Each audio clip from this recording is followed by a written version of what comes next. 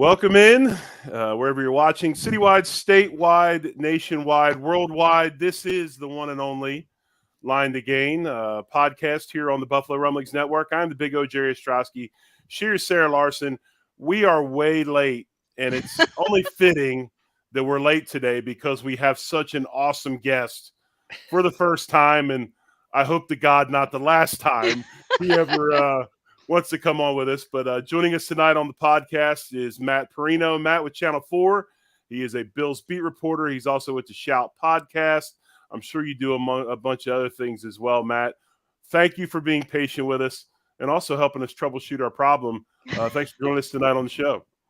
Thanks for having me. And listen, this was meant to be. Like I was telling you guys, Ryan and I had this same issue before one of our shows like a week or two ago, and we troubleshot it ourselves. So, we got to stick together in this business, right? It's funny because I called out Jerry on the chat on YouTube and told everybody that Jerry forgot about this show tonight, joking. And then he gets on, and then I'm the one with the technical issue. Hey, man, it's been one of those nights. My wife and I have been married for over 25 years. I understand what it's like to get blamed for things that aren't my fault. It's okay. All right. Well, Matt, I know I told you to sign on a few minutes late so that, we can go through our sponsorship stuff, but you're here. So I apologize for this part, but it is a new season and we are lucky enough to have a couple of sponsors this year. So I'm going to actually play both back to back. So just give us a moment to for our sponsors. Hey, football fans, the season is here. So you know that means family, football, and food. But for the NFL's best fan base, it can't be just any food. Bills Mafia only eats the best during the season. And the best is Picasso's Pizza. With 4 great locations in Western New York, it's so easy to treat yourself to the most flavorful pizza on game day. Picasso's. We are Buffalo Pizza, shipping local and nationwide. Order online at picassospizza.net. Bills Mafia is back. Are you ready for it? The 3rd annual Buffalo Rumblings IPA beer release party is going down September 16th, 6 p.m. to 9 p.m. at the Resurgence Brewing Company located downtown at 55 Chicago Street. I'm going to tell you what, you do not want to miss this event. Come out and hang with Joe, Sarah, and the rest of the Buffalo Rumblings crew for the Megapod. You're going to want to bring your questions and be a part of the live stream. Get involved. It's going to be live.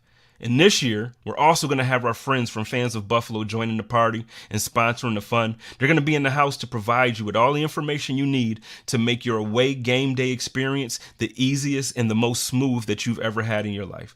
I can promise you, they do their job very well. So make sure you make it out Saturday, September 16th, 6 p.m., Resurgence Brewing Company, 55 Chicago Street. Go Bills. Welcome back. The Line to Gain here on the Buffalo Rumblings Network. Matt Parrino joins us, Channel 4, Bills beat reporter. And Matt, I just want to get right into it. Obviously, we started a little bit late, so I don't want to waste any more of your time. I want to get right into the meat of this thing. And obviously, the Bills go down to Pittsburgh, which has always been a very, very hard place to play. Anytime you go to Pittsburgh, preseason or regular season, it's tough. Just kind of your feelings being around the facility, kind of, how this team is responding to such there's another way to put it. I mean, just a very poor effort by the team the last preseason game. How does the team seem to be? Is it, hey, it's just another preseason game, we're fine? What is the mood right now at One Bills Drive? Well, I thought it was interesting talking to Dion Dawkins in the locker room after that game. Like, he is a pretty cool customer, most of the time. And he was in that moment.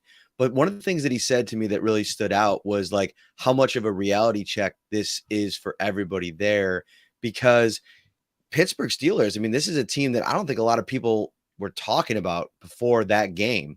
Kenny Pickett is a second-year quarterback. I don't think anybody's thinking that in an AFC, even if they have some success in their division, that they're going to be able to really stand toe-to-toe with the big dogs of this division.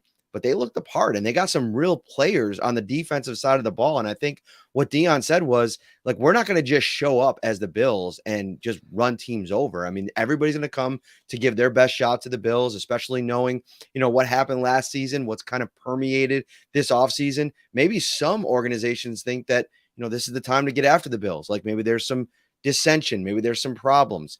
But I think what we've seen in the last couple of days is really interesting because it was this really scrappy week of practice last week, right? Like they were going back and forth, arguing, fighting. I mean, Jerry, you know this. I mean, nobody's got to tell you about what training camp's like. You go out and you get get it handed to you by the Steelers. You come out the next day and you could kind of see over the next 2 days how much practice was kind of changing. And yesterday, some pre-snap penalties again, some different things happening in practice that I was a little bit sloppy. Today, it was a completely different story. I mean, the offense was outstanding in all the team drills. In red zone, Josh Allen looked like the assassin that everybody knows him to be. And I mean, that is a huge development now, a couple weeks outside of this New York Jets game. We're probably not going to see a lot of starters. I don't expect to see Josh Allen on Saturday. So he probably played his last game before they played the Jets. But it was just in the little things, the way they were competing. It seemed like a higher level on both sides of the ball. Ed Oliver had 2 sacks in the game or in the practice today. Taron Johnson had an interception against Josh Allen, just absolutely blanketing Andy Isabella. It was a highly competitive practice, and both sides had a lot of good moments. And to me, that's an early sign of responding to adversity. As little adversity as it was, that was an egg that they laid on Saturday. Everybody was waiting for that big moment when all the starters played. It didn't go well. How they responded, I was watching for it. And I think across the board, from Sean McDermott specifically, like sometimes you could just see like a head coach just has it together a little bit more. Like there's a little bit more hop in their step, changing in between periods. You hear them more. Like just looking at Sean, he's been all business this week. And, he said that everybody's got to take accountability, including himself. There's a lot on his plate this year. Right. We had 12 penalties in the first half on Saturday. I was unable to watch the game because I was in Massachusetts, and for some reason they didn't want to play it in Massachusetts.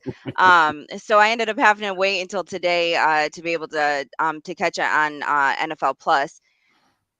When everyone was talking about these penalties, I was just like, it can't be that bad, like 12, like this is, ridiculous. I watched back the film today, and I did the condensed version to begin with, and it was ridiculous. Even in the condensed version, penalty, penalty, penalty. And it literally was on most of our starters. So do you feel, I know you said that today in practice, they kind of, you started seeing it a little bit better. Do you feel like we just haven't really, have focused on, that aspect of it during camp, or do you feel like that they're getting back on track now because they had all those penalties on Saturday?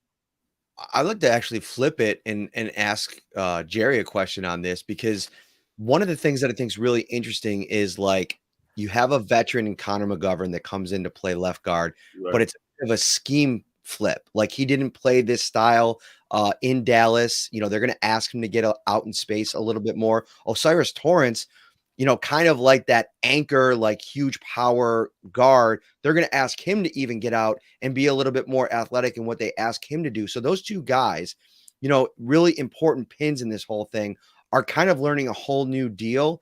And, it wasn't even the two of them with the penalties. You had Spencer Brown on the outside. Mitch Morse, I think, had one. Dalton Kincaid had one.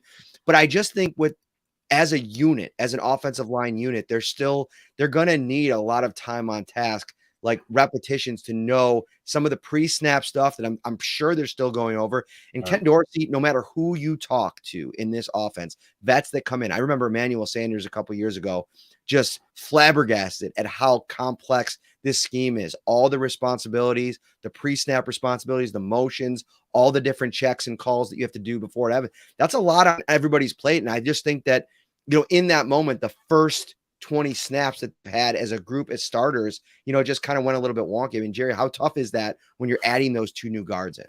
Well, it's definitely tough because you have to have that continuity. And, even though McGovern's a veteran coming from Dallas, he hasn't had a ton of snaps under his belt. I mean, he's a guy that's had a little bit of an injury problem, has been more of a backup than a starter at Dallas. So he's a guy that needs to get more reps. Obviously, Torrance is coming in, completely playing a new position. a rookie, even though he has played in the SEC and has played against a lot of these guys that he's playing against right now, especially when we play Philadelphia. I mean, the whole dang defense is Georgia Bulldogs, right? But I think a lot of this goes into, and it's kind of builds off of what you bring up about having to really, really strain with a new system. You know, to me, they were mentally not there. And that is really hard. You can't fake football, right? And when you're coming off of a training camp and you're tired, you're wore out, you're just now back to Orchard Park from leaving Rochester, sometimes those things creep up on you, and the harder you try to not make those mistakes, you just make more and more. They kind of compound themselves. So I think the biggest thing out of this preseason game to me was not necessarily the pre-snap errors. Those are uncalled for. You can't have them. But those are highly fixable. The part that I want to see out of this group, and I also want to see out of the front seven on our defense, is I was a little bit disappointed in some of the physicality or lack thereof that I saw in this game. I thought that they weren't very physical up front. I thought that they had some issues getting pushed around. Obviously, Cam Haywood is a tremendous nose guard. But, you know, Pittsburgh played like a team that was sure of themselves. They've been in that position before. They've got TJ Watt. They got Haywood. They got all-pro guys lining up on that side of the ball. And they just seem to always find these rookies or these free agents that fit in so well to that 3-4 defense they run. So I thought they were much more sure of themselves. And with being sure of themselves, they were able to bring that physicality where, you know, prime example, if you watch the touchdown run by Warren, you know, Dotson is catching a lot of grief for that play because he didn't fit properly. Okay, that's a mental error. When you don't fit, when you have that B gap and you don't fit the outside shoulder of the offensive guard that's climbing on you, that's a mental error. But you know what? If you look at that defense, McDermott had the nose guard. He had the backside middle linebacker and the front side middle linebacker shaded to the side of the run. And the nose guard gets hooked and shielded off just one-on-one by a center who has to snap the ball, so he's already going to be a little bit late. Right guard chips and works up, covers up the backside guy, and, you know, a couple of poor angles by safeties, and you got a touchdown. So I think the biggest thing is, and it is hard, it's incredibly hard to find continuity without reps. They got to keep getting reps, right? But I also think that as many mental errors they made, I was probably more, I don't want to say upset, but maybe more concerned about the lack thereof of physicality on either side of the ball. But, you know, we're into 2 preseason games now, Matt, and you look at this thing, and where are we as far as when you look at those 2 games, kind of some of the things that are standing out that are good for you, and maybe some of the things you might be a little concerned with after 2 preseason games? So I think the number one thing that stood out to me is the realization that Dalton Kincaid is going to be very important for this offense. Yeah. And I mean, Dan Orlovsky actually just put out a little film clip where he analyzed some of the stuff that Kincaid's done early. And, you know, as soon as Brandon Beane drafted him and they started talking about, you know, replacing what Cole Beasley did in this scheme, I mean, it's not that clear cut comparison because Kincaid's a completely different player. But if you look at it from like almost through the Travis Kelce lens, and listen, I'm not sitting here trying to compare the players. Right. Like Kincaid's got a whole career to kind of make whatever that's going to look like. But what Kelce does and the bind that he puts linebackers in and safeties in at the second level, we're seeing that already from Kincaid. And you mentioned, you know, this Pittsburgh Steelers defense that had their first team defense out there, and it wasn't too big for Kincaid. To me, that's like a big part. Like if you can start to operate in that short and intermediate area, you have a young rookie tight end who's developing trust from the quarterback and Josh Allen. That's the part of the game that I feel like last season was missing. And then all of a sudden, now you have that to contend with. You have Stephon Diggs on the outside, Gabe Davis, who I think is going to have a much better season than he had a year ago if he could stay healthy. I think they can unlock this run game because how do you deal with all of these different factors? I still go back to the 4th day of training camp. James Cook just put on an absolute show. And I just think the dynamic way that you can use him as a weapon, lined up outside wide, in the slot, in the backfield, running routes out of the backfield. Like there's so many ways they can deploy this thing. And it's funny. I saw Ken Dorsey today. He did the press conference. His eyes were a little red. I'm sure he was grinding tape right before he walked into the press conference room. But I can't imagine what goes through that guy's head every night, knowing all the players that he has in this offense and all the ideas that they probably have, not to mention the complexity of this thing. So I think that this offense is going to hit the ground running. And I also think, how do the Jets prepare for that? Like, they're going to try to get pressure. The one area of concern that I have is probably at right tackle, right? Like, I mean, Spencer Brown, that was a tough game, like, for him. And, Deion Dawkins, I still think we saw the best version of Deion Dawkins, in my opinion, in the last 10 games of 2021, which is crazy because he had 2 bouts with COVID that year. It was amazing to watch. He just kind of ascended to a level that I think really propelled their offense down the stretch into that playoff run that ended, obviously, in the 13 seconds. I thought he took a minor step back last year. I think part of it was the lackluster play at left guard. Unfortunately, Roger Saffold loved the guy, enjoyed every conversation I had with him, but he just got a little bit too old, and the level of play there wasn't where it needed to be. And so if the line doesn't show up and has a way to, answer a bunch of questions that they're going to bring from the Jets. I mean, Quinnen Williams looks like an absolute monster in Hard Knocks. I mean, they're starting the hardest way that they can start off. But I also think the Jets are going to have a really complicated start to their season too, facing this Bills defense. So to me, it's the offensive line, which is the concern. But I think it's the playmakers for the Bills that I really think is going to allow them to do a lot of cool things. I don't know. Today, Nick Wright said that Saffold was our best offensive lineman. I saw that clip, and I think they said something else too at the end of that I thought was kind of funny. He lost me at Saffold. I literally tweeted you didn't that. make the end part of it?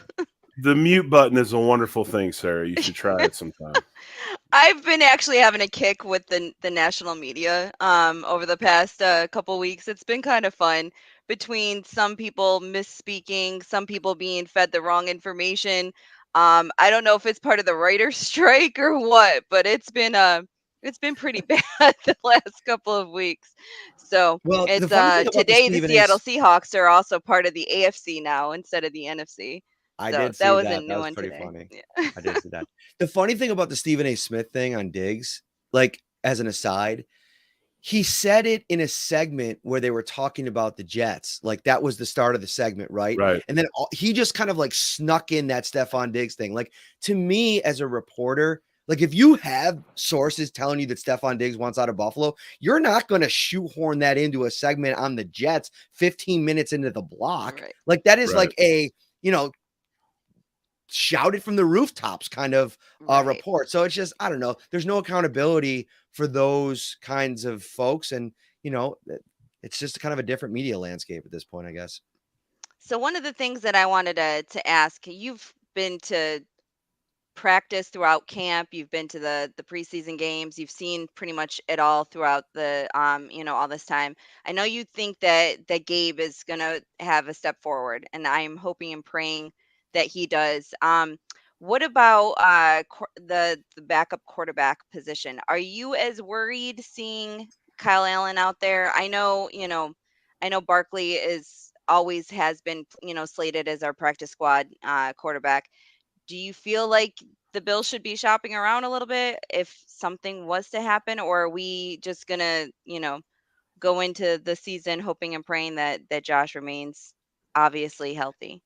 You know who I think would be like the perfect backup quarterback for the Bills?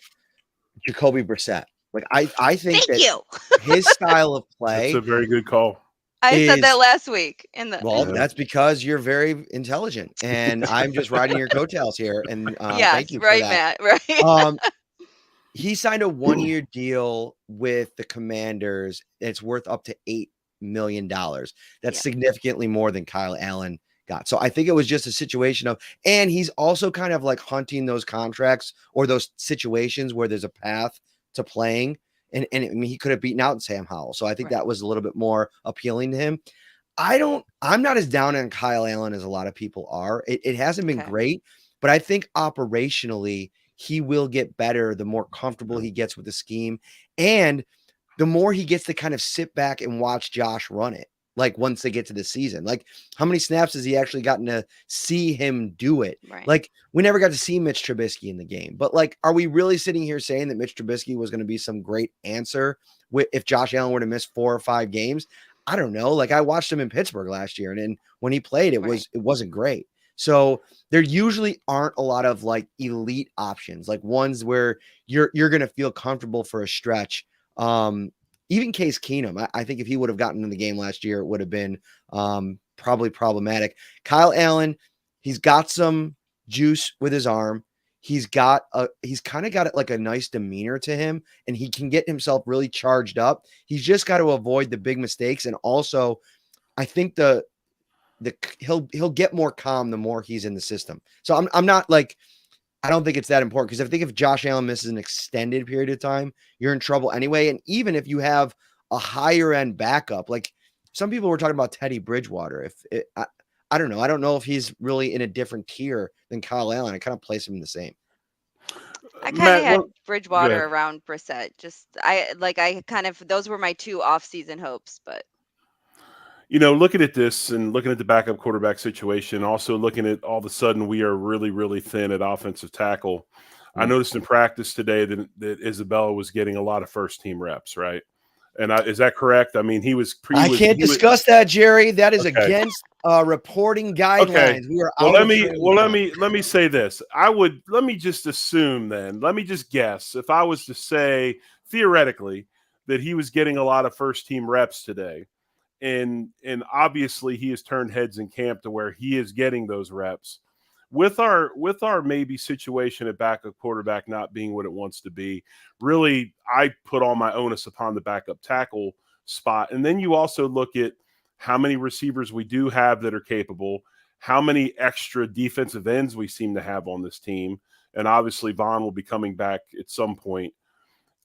Is a guy like Shakir now, and maybe couple of these other defensive ends that we have that are kind of depth players, are they maybe targets to trade or move to obtain some backup depth at those positions that we need players? I think it's a juggling act for Bean to kind of weigh the evaluation on Shakir and Isabella. Like, how much higher is Isabella than Shakir through this period? I mean, for all that of the juice that he's kind of gained in, the media and amongst fans, he has still only been here for like 3 weeks. And Right. so how much can you accomplish in that time? A lot. Like he has accomplished a lot. I think his camp it will go down, maybe not in the Christian Wade territory, because I mean, I think people are going to think about his kickoff or his running touchdown for years to come, but he's definitely like a fan favorite. And I think has a chance to make the roster.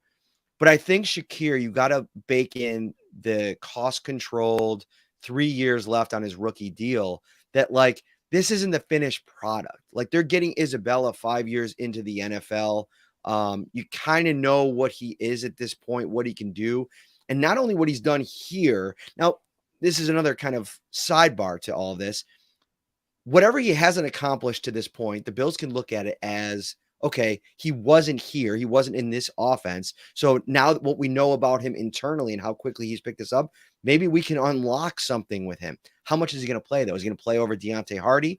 Is he kind of a fail-safe if Deontay Hardy gets hurt? Where is he going to play in the slot? Well, you want to work kind of Dalton Kincaid into that mix as well. Trent Sherfield plays in the slot. So I just don't know if there's enough balls to go around. And I do know that Khalil Shakir plays every position in this offense. And that's something that I don't think any Isabella does. So I think it's really interesting. I think to trade Shakir, they'd have to get something that's really worthwhile and have a serious, plan for Isabella with how they're going to utilize him. They keep him on the 53.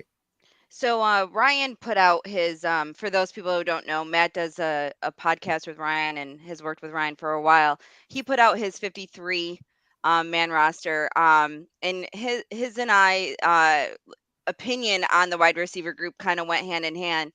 I still am in the mindset that we might keep 7. Do you think that is a possibility? Do you agree with him? Because he put down that he agrees that he thinks that they're going to keep all 7. Yeah, I think that there's a path to keeping 7. Mainly because I think that Hardy missing a season and having, just seeing him in person, he is a small dude. Like at 5'6", he's not small. Like his body is. He's muscular. He's kind of a big dude, but he's very tiny. And I just wonder when you take that kind of punishment, I mean, if you're talking about 20 to 30 or 40 to 50% of the snaps every week, how much can you trust him over the course of the season, knowing the injury that he's coming off of? So to me, if you keep 7, it's to protect against injury. I mean, Gabe Davis got hurt last year. Like maybe you need to move a Khalil Shakir into a wide receiver 2 role. If somebody goes down, Hardy goes in the slot. Isabella can then maybe take over some, kick return duties, punt return duties. There's a lot of versatility to all of that. In the end, I'm going to differ with Ryan and say that they keep 6 and cut Andy Isabella and try to get him to the practice squad. And I know a lot of Bills fans are not going to be thrilled with that. But again, I don't like getting in the business of overreacting to 3 weeks of training camp, as good of a run as he's had, because he has been really great. Yeah, and today it was there. We're going off in the chat. It was confirmed today that last year, even though he only played in 5 games, Andy Isabella, he was dressed for 6. So technically, he is now considered a vested veteran. He has 4 years under his belt, so he doesn't have to clear waivers. So there is actually a good opportunity there that if we're able to talk to him, about cutting him and making sure he, will go on the practice squad. I'm a little more, leaning towards 6 would be okay in that sense. And that could One be thing one of that those situations Go ahead. too. Just sorry to interrupt. No, you're fine. Where, like, remember a couple years ago when they cut Dean Marlowe and Tywan Jones, and they basically said, we're cutting you, but we're handshaking and we want to get you on the practice squad and you're going to be a part of the plan. To me, that's where Andy Isabella fits in. It hasn't gone well. I think he loves what's going on in Buffalo and how he could potentially fit given an opportunity. So those are the kind of guys that you can kind of just have a handshake with and say, okay, come back to the practice squad. It kind of like Duke Johnson last year. He was great for them in the room. He was a guy that, had they needed him, would have been a nice guy to throw into the mix at some point at running back. They just never got to that point. Right. Now, do you feel like there's going to be a surprise where I'm sure you've seen 50,000, 53-man rosters at this point. Do you think there's going to be a surprise cut out there that, everyone's saying that this one person is definitely going to make the team and you feel like they're not? Not really. The one guy that I think could be surprising, and like I've tried to think this through every which way. And by the way, let me preface this by saying I'm not predicting that he gets cut. I'm just trying to kind of throw out somebody that if this happened, I could at least see a path to it. AJ Epinesa, right? Like, I think the Bills are in a situation where they when Vaughn gets back, they're going to have a ton of guys on their defensive line that they can rush inside, outside, versatility. So maybe not a cut candidate, but somebody that they can maybe trade. When I brought this up a couple weeks ago on the podcast, people were like, they are not getting rid of AJ Epinesa. I don't know. It is a results driven business. And I don't know if I've seen enough results from AJ Epinesa consistently. Like, in the preseason, when you're going up against twos, like, you should be winning your one-on-ones at the very least. And, it's just not consistent. Like, there's so many times you watch him out on the edge, just running by the play. And like, those are the kinds of things, the nuanced little things that you're looking to see improve over time. And it just hasn't. So like, I don't know if it's, you just get to a point and we're not going to re-sign him next year if you're Brandon Beane, and you just say, we're just going to move on because there's no trade market for him. And it allows us to focus on some other things. Like, listen, Shaq Lawson, they know what they got in him. They trust him. He played the most snaps of any defensive end on this roster last year after Von Miller went out. So those are all, and Kingsley Jonathan, don't sleep on this dude. They like him a lot. They found a way to get him into games last year after Von went out on multiple occasions. So there's a lot of competition. I think Boogie having 2 years left on the rookie deal, to me, makes it more so that they lean on keeping him because there's more window to develop the player. I think Epinesa is who he is at this point. And I think the other big telling sign of that is also they've put him in positions to shine. I think they in the preseason that is they've put him in positions to go out and show that he can produce. And kind of piggybacking what you said, he's been a little bit invisible up to date. But when you look at that defensive line, and I thought the biggest issue they had last year, because granted they have depth across the board, they have tons of depth at defensive end. I thought they lacked a lot of size up the middle, and it's when Phillips gets hurt, now you get a lot smaller. Even though some of the guys settle or big or whatever, they bring Puna Ford in, which a lot of people were excited about. That kind of what is the general sense of Puna Ford in the preseason right now and how he's performed up to date? Is he the player that they thought he was going to be for him? I think it's still early. I think he's still kind of in that same boat, kind of getting his feet wet. I know when the first depth chart came out, people were really kind of taken aback by him being like 5th in the pecking order. Yeah. But that doesn't surprise me. I mean, Tim Settle has been here. He in the scheme, and Eric Washington talked about how big of a jump he took just in understanding their philosophy and what they're trying to do from last year to the year before. I think Puna Ford is going to be a huge relief on Daquan Jones. I think you can keep him a little bit healthier and kind of share the load with Ford as he gets more comfortable over the course of the season. I've seen a lot of good from him. I also, I felt bad for him. I think it was him on that run by Waddle, or not Waddle, Warren, where he kind of was pushing up the middle, and was it Settle who kind of just fell on his legs there in the middle? So maybe he could have made a play on that. I'm not sure, but I think Puna Ford, there's a lot of excitement about him in the building. He's been really strong in practice. We'll see if it translates into the game. Sarah, you got something? Yeah. Well, no, I was gonna switch position groups. So, I kind of had Medikovic being our one surprise cut, and I said it in the off season, and people were like, his contract is fully guaranteed, and I said I know, but I still felt like he was the one person that he's really not going to come in at linebacker. We already have 6 others that we're, most likely going to keep unless we, trade one away. And he's really on the squad for special teams. Now we already have a couple of people who are on the squad specifically for special teams. So he's been kind of like my one person to cut, and that people are going to be surprised about.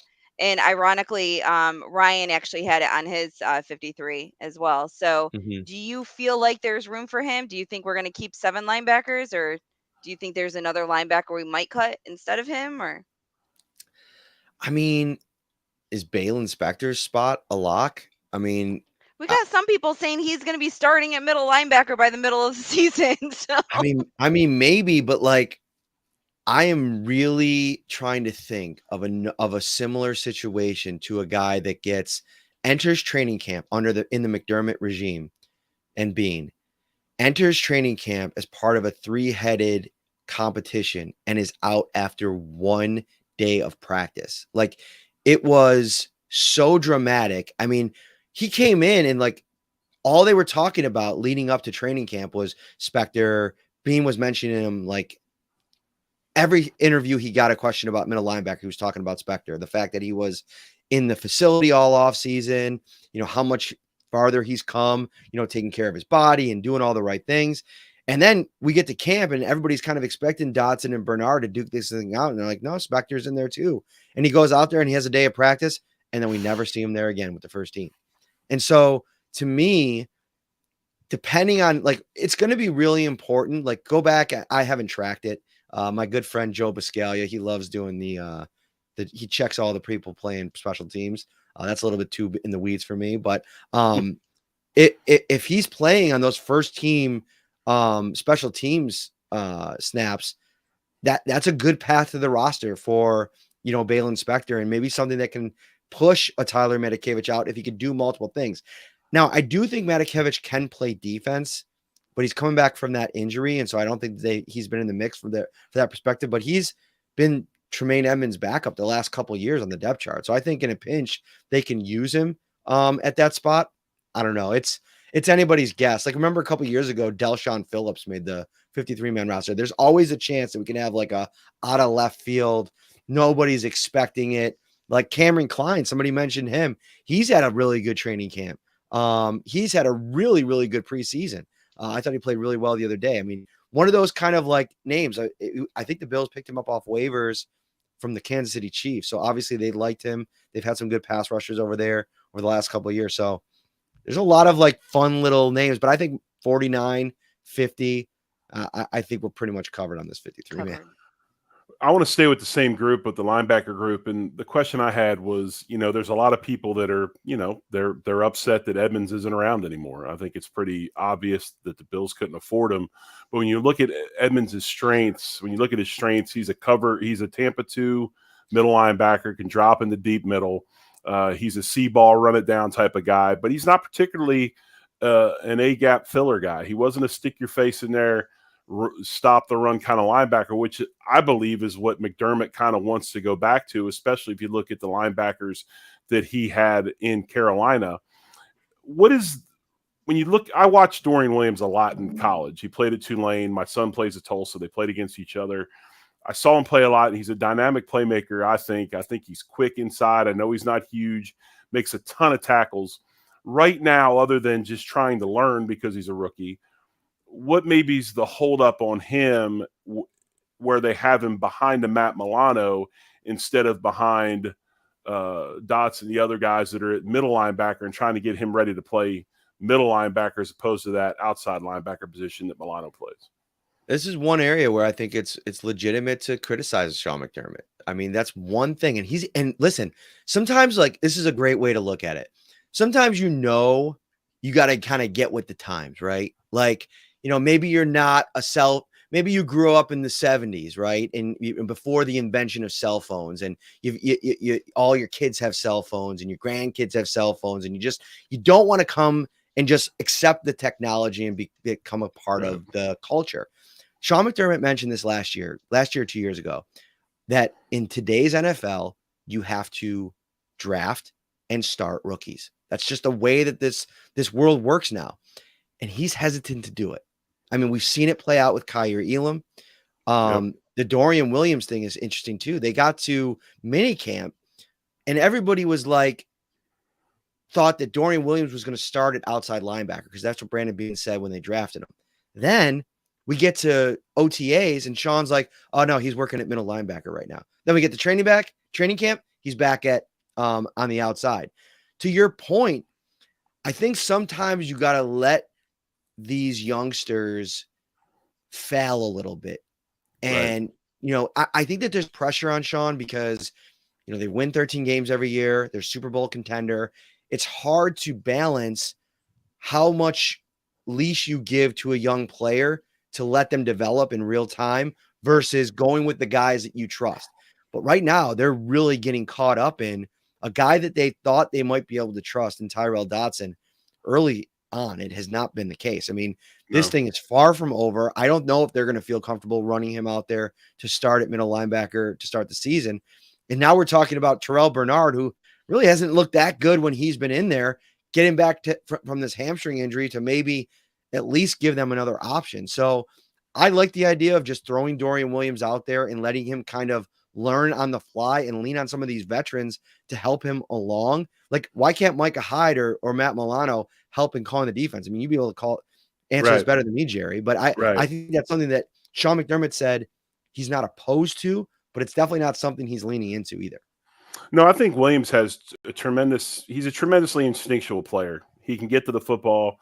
I don't know, maybe it's because of the way we play our defensive line. We're really not kind of I don't want to say two-gap scheme, but we don't really hold up O-linemen to where we let's face facts. The whole reason that Zach Thomas is in the Pro Football Hall of Fame is because when I was playing, they had one guy was 365, the other guy was 375, and they grabbed the entire middle and they let him go find the football, right? Williams can find the football. And I agree with you 100%. Sometimes they have no problem right now with Osiris Torrance going out there and figuring it out on his own. Why can't they let Williams do that as well. But kind of moving back to the Torrance thing, and we talked about it early, and I just kind of wanted to get maybe if you had an insight on the philosophy of Brandon Beane and what his philosophy might be about building an offensive line. You bring McGovern in, a guy that is, he's a vet. He's played a little bit, but not a ton. Seems to be an upgrade over what we had there last year in Roger Scaffold. Then you bring in Edwards as a guy that can play around, play a couple spots. You bring Torrance in. They seem to have done a very good job of solidifying the middle, which, again, I thought was a weakness on both sides of the ball. Maybe they really didn't quite do as much outside. Shell retires, which, has hurt him. I think they rolled the dice on Brown, thinking that he would be over the back injury. He would be back. He struggled early, and his struggles are not athleticism and size. His struggles are technique-wise, and I almost believe that maybe that back is keeping him from being technique sound. But when you look at Beane and what he's done and maybe hasn't done this preseason up front on the offensive side of the ball, kind of maybe give us a little bit of insight on what his theories are on building his offensive line and getting the 5 best guys up front out there. Yeah, I think he learned some lessons last year on the personnel. I mean, I actually agreed with the approach of getting a guy that Aaron Cromer was signing off on in Saffold. He worked with him in LA, was a big reason why they had such a dynamic run game and held up in pass protection as well, was going to be able to come in and help Cromer teach all the Bills offensive linemen that system. You needed that last year, I think. And even talking to Saffold at the end of the year, locker clean out, he was like, you don't understand, like a lot of these young offensive linemen are going to come back next year and be completely different animals. And I think he was a little bit prophetic with that, because look at Ryan Vandemark right now, who's really coming on and coming into his own. He got to spend 1 year in Cromer's system, get the download in the offseason. He's come out a completely different beast. Now, is that enough to rely on a kid who, an undrafted free agent that ended up getting cut by the Colts? You bring him on and he spent the year on the practice squad last year. He might end up ascending and being really good for you. But again, there's not that proven veteran. I was never on board with the Brandon Shell approach. It was one that had to be made at that point in free agency, but he was arguably as bad, if not worse, than Spencer Brown last year. Like, people always pointed to the fact that he started all these games the last couple of years, but he wasn't very good while he was doing it. So I think his decision to retire is probably based on the fact that, he wanted to see if he could still do it. He played one preseason game. Shout out to him for not pulling Avante like in the middle of week 1 or week 2. Right. But in terms of the approach, listen, I think they still think Deion Dawkins is a franchise left tackle. We'll see if that is the case. We'll get a really large sample size this year. And then in Brown, from the moment the offseason started, every single time we talked to Spencer or Brandon Beane, Spencer Brown was asked about. And every single time he said they believe in him. And so if you believe in a player, you got 2 years left on the rookie deal. I get why you want to kind of lean into it's almost what I wish they would have done with Kaiir Elam. Like, they pick and choose these players that they have this belief in, because it's like with Brown, I'd argue we've seen just as much downs as we've seen from Kaiir Elam, right? But their approach to that was, now it's a little bit more costly to bring in real legitimate, tackles that can compete for starting jobs. I get that. But with Elam, I argued at one point before camp started, I would have not re-signed Dane Jackson just because it's the safe option. Like, you could always find that level of play. Now, I'm not downplaying Dane Jackson. He's a really good, solid player. They like him in their scheme. But I think when you go out and draft a guy like Kaiir, and you saw enough last year to build upon, go the Spencer Brown route. Like, I think that's how you learn about players. So, yeah, it's an interesting dynamic with how they built things. And I know Bills fans are unhappy with the way the tackle position feels like what they did at guard last year. And they're hoping that doesn't really end up dooming them as they go into the season. And real quick, and Sarah, I know you got something you want to ask before we let Matt go. And Matt, we appreciate you coming on with us. Thanks for being patient and getting us through our technical problems. But, you said a word that I think is really, really important. You said a word, safe. And I think that I've used that before with this franchise right now, and I don't know if it's a direct rapport to the 17-year drought or whatever, that they're like, you know what, we're winning a lot more than we're losing.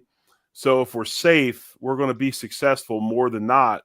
But to me, anyway, they seems that they need to maybe take that risk to get over the top. There's sometimes when you play games, you're playing game. It's just like Frazier, a defensive coordinator. The way he played defense was really, really safe. And I use this example all the time. Dealers showing 6 or less, you don't hit in blackjack, right? And that style of defense he played was really safe. But when you have 13 seconds and all of a sudden and you try to do that, it gets you beat. And I think that's something. Yeah, I think it's something that I just think it's something that needs to be eliminated, because if you want to win the trophy at the end of the year, you got to take some risks. This is who they are, though. Like, right. If you really look at the last 6 years, right? Like, what's changed from the Rex Ryan era to the Brandon Beane, Sean McDermott era, right? They're so tight-lipped. If anything gets out, like, they're on the warpath. Like, the reporting guidelines and restrictions, just the way that they operate in the building. Like, you never see, like, scoops coming out of that building, ever. Like, anything that the national guys get, I would imagine maybe gets fed to them a little bit at times from the Bills, but very rarely. That's just how they operate. They don't want fans like filming their practices at training camp and putting it out on social media. I don't know. For me, I never played football competitively. I watched it my entire life since I was 5 years old. I probably watched, tens of thousands of football games in my life. I don't think you win a football game or lose a football game based on what a team knows you're going to do. And you could speak to this better than I can, Jerry, but like, you go out, you line up, and you got to beat the other team.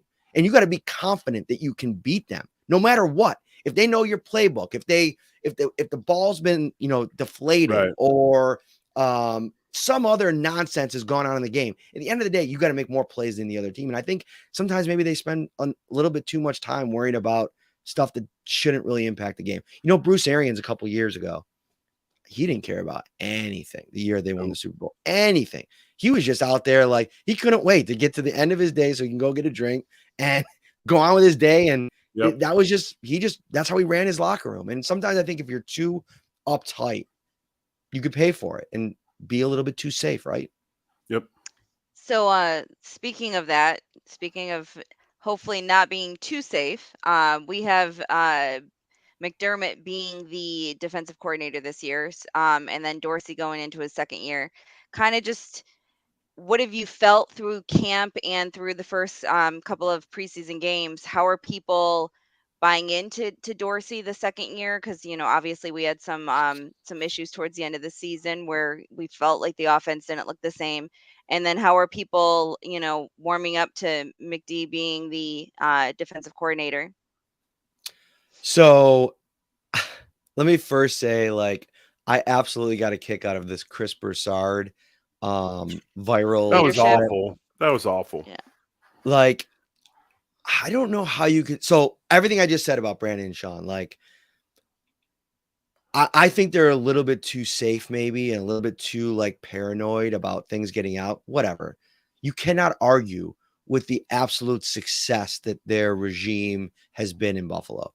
And you talk about a franchise, you had to completely turn this entire culture from top to bottom to get them to be what they've been in the last couple of years. I mean, 5 playoff appearances in 6 seasons. Could you imagine thinking about that in 2012, 2009? The problem is, like, you look back to last season and the DeMar Hamlin situation. To me, I don't know. I would have given Sean McDermott Coach of the Year just based on all of that. You want to talk about the definition of leadership in that moment to keep this whole thing afloat while dealing with somebody who almost died on the field. You have 53 guys that are brothers to the guy that had to go on with one of the most difficult jobs in the world, professional football, getting ready to play games, going out and playing the games and keep all that stuff together. And the worst part about the Broussard thing to me was like Bucky Brooks, who's as plugged in the NFL circles as anybody, just Second sat round there pick and of like the let him Bills. say it, like with Yes. no context. Like he was a scout. Like he is in NFL circles. He knows everything about GMs, coaches, scouts. That was wild to me. Like I like Bucky. I respect him, but that was wild. He was a second round pick of the Bills. He was a second round pick when I was there. He played for Yeah. Buffalo. He knows what it's about. But go ahead, Sarah, if you had something. Yeah, no, I just follow up to that before we let you go. I was just going to ask, how do you feel considering you've been around the team last year, year before, now, obviously? How do you feel? Have we improved going into the season? You tell me all the time that you have to remain, unbiased and you're not a fan anymore. So we've had those conversations. So as if someone asks me, I'm straight, I'm being as biased as possible. So unbiasedly, how do you feel? Do you feel like we are better this season, or should we be worried? Yeah, people struggle with that concept. We don't talk about that much on the show anymore because there's such a backlash recently when I discussed Oh, it. really? Sorry. But I I should think have said actually it. Jerry and I can have like a really good conversation. Like when you go into the locker room and you have to ask tough questions to athletes after they play some of the best moments, games of their lives and the worst, like it changes the dynamic on both sides, right? Like Yeah. I don't watch a game with an emotional pull anymore because I got to go to work as soon as it's done. And I'm working during it. So it changes the operation of it all. But if you're asking me about what I think about the Bills going into the season, I've been on the record saying that I think that they're more of a Super Bowl contender this year than they were last year. And I think that's because they learned a lot about where the holes were on their roster.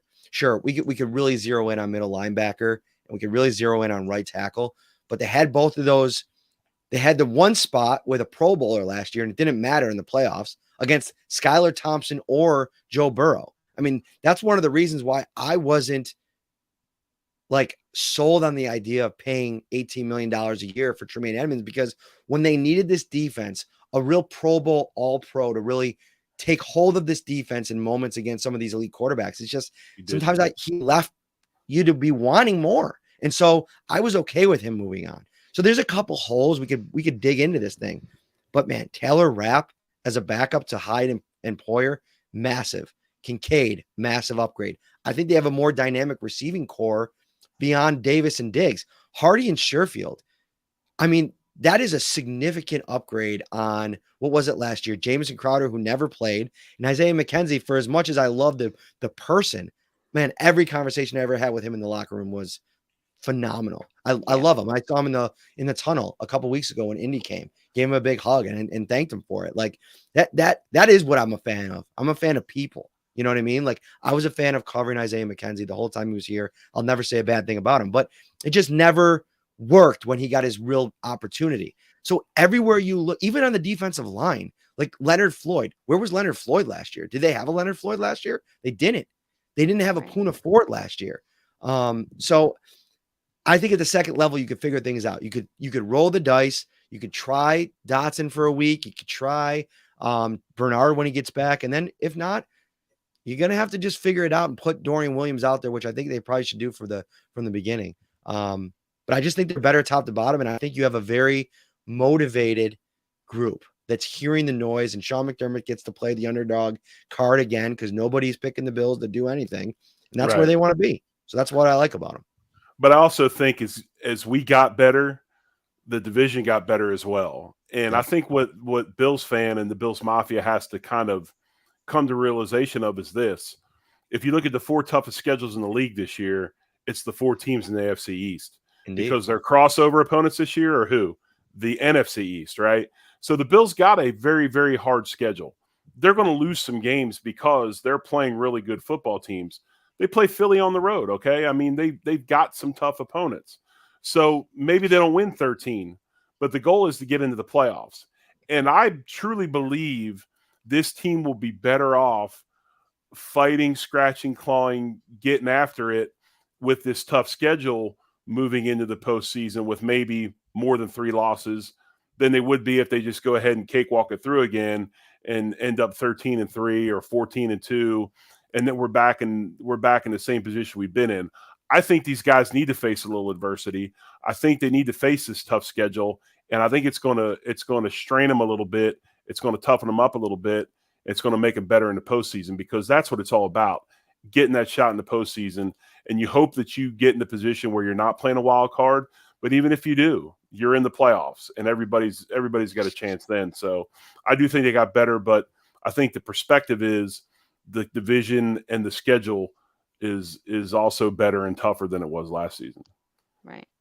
Yeah, and I definitely think that even though I agree, I think we've gotten better. That doesn't mean that our win-loss record will be better than last year, because we are playing higher quality opponents. So, Matt, do you want to talk about some of the things that you're working on coming up this season? I know you guys are going out to London as well, Yes. so I'll see you there. Probably catch you Yes. on the train or something.